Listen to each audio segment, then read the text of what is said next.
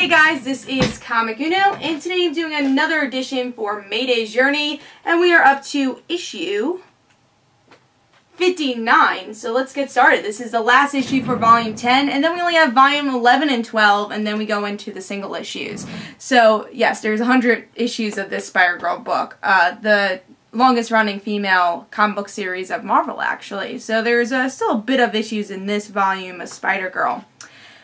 So yeah, love the cover, and this is definitely one of my favorite issues of Spider-Girl of all time. I don't know if it made my top 10 list. I think I created for Comic Uno a couple of months ago. I don't think it made it, but it's definitely an important issue to the series.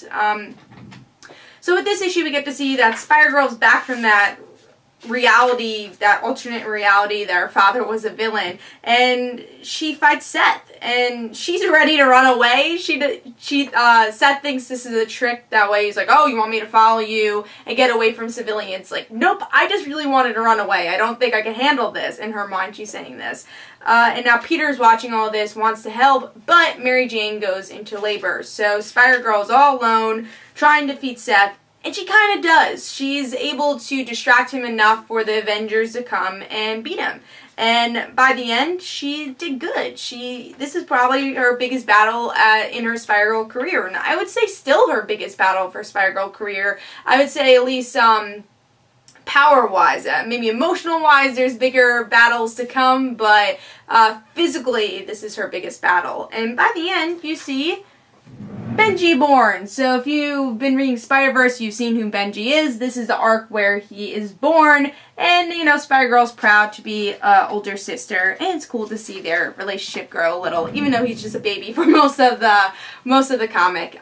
So what did I think about this issue? Again, I love this issue because it just shows how Spider-Girl has that willpower. She's definitely not on the same power level of Seth, but she's able to use her wit and use her cowardness in some ways to defeat Seth, and she never backs down because Seth's like, oh, well, you should bow down to me and I'm gonna kill you. And Mayday's like, no, you're not gonna kill me. I'm Spider-Girl and I'm gonna do as much as possible to defeat you. And maybe it wasn't her who put that final blow, but it was definitely her who defeated Seth. And it's interesting to see all the heroes that even like Nova, who didn't have any faith in Spider-Girl, say, you know, good job, we wouldn't have been able to do it without you. And then Human Torch pulling her to the side saying, hey, you know, there's been some family business, your mom's in the hospital. And, you know, having that emotional moment of Benji being born, and Peter not worrying about May and saying, all right, she's going to be able to take care of herself with the situation. And I thought that was definitely a big step. It took 59 issues for Peter to get to this point, but it's just going to develop even more as the series goes on,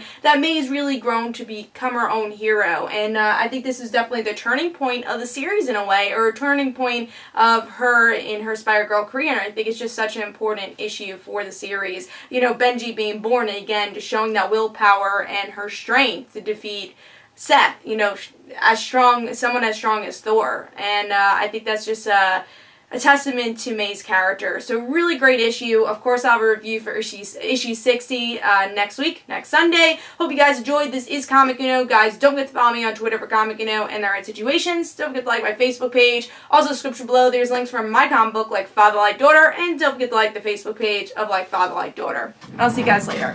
Bye.